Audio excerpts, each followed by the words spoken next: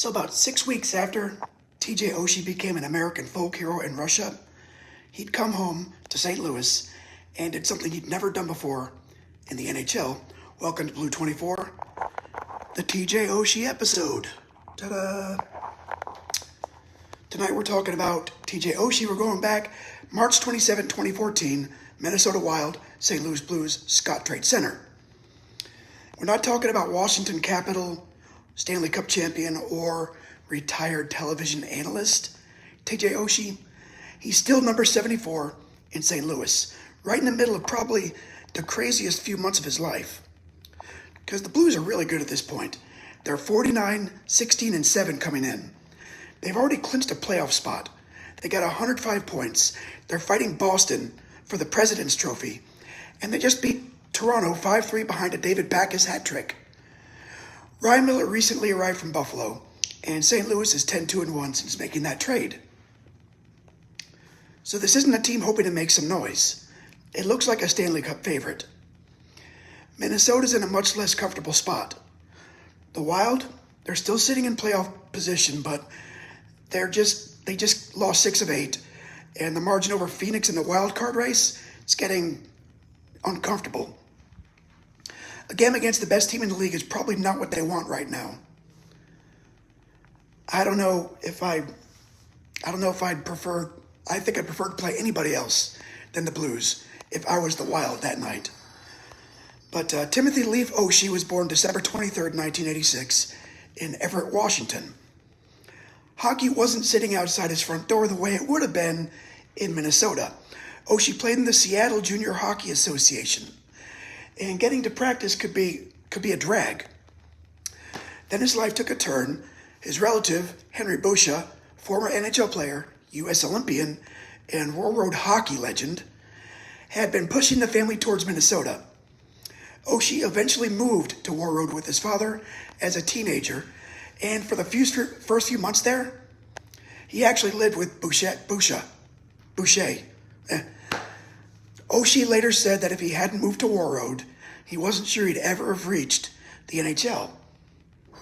That's kind of cool, right? How many careers come down to one decision somebody makes when they're 15 years old? At Warroad High School, Oshie became a monster. The Warriors won Minnesota Class A state championships in 2003 and 2005. Years later, Warroad would retire his jersey number 19, and the Blues took him 24th overall in the 2005 draft. But Oshie didn't immediately turn pro. Instead, he went to North Dakota and spent 3 seasons there.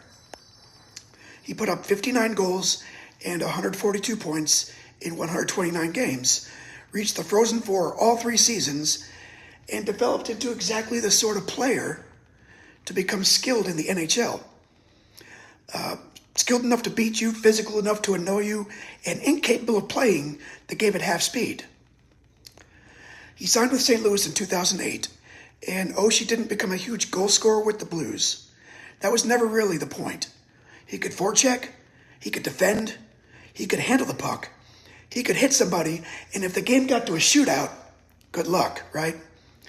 And that brings us to February 2014, the Olympics, United States against Russia in Sochi.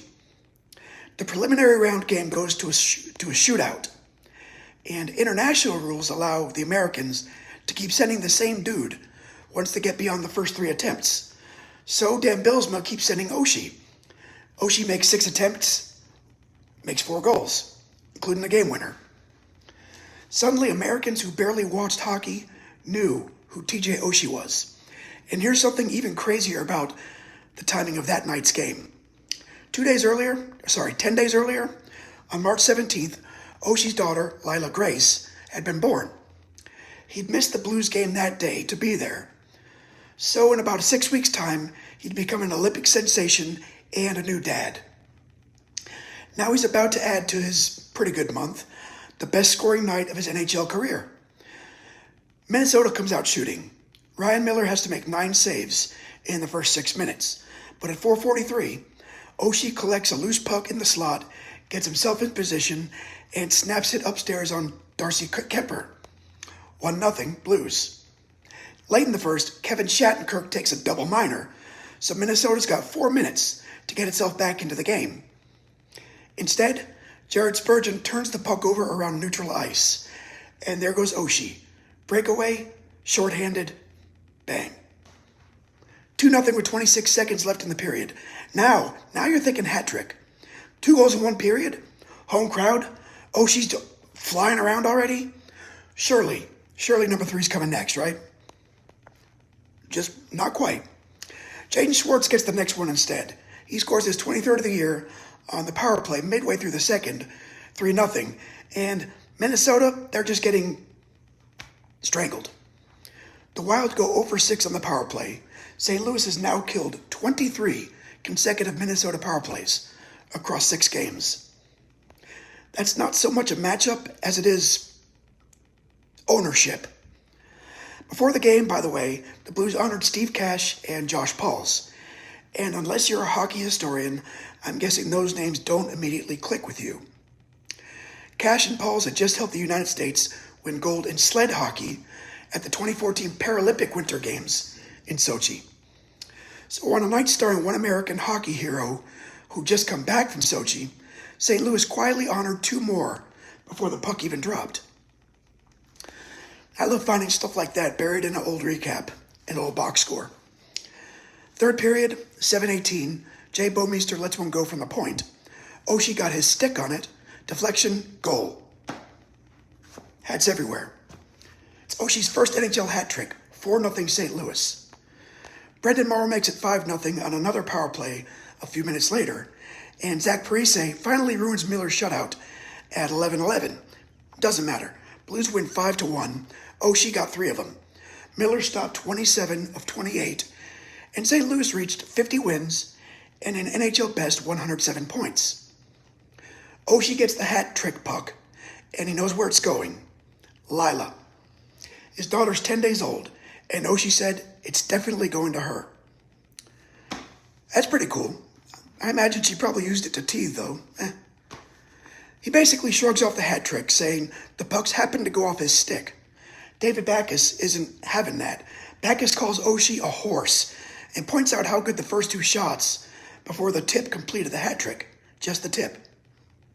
He said St. Louis isn't going to be overwhelmed by entering a playoff series as the favorite. Oshie's even more aggressive about it. We want that target on our backs. And at this exact moment, they deserved it. The Blues are 1 game ahead of Boston with 9 games left. So, let me ask you, if you were a Blues fan that night, and I'm betting you were, how far did you think this team was going?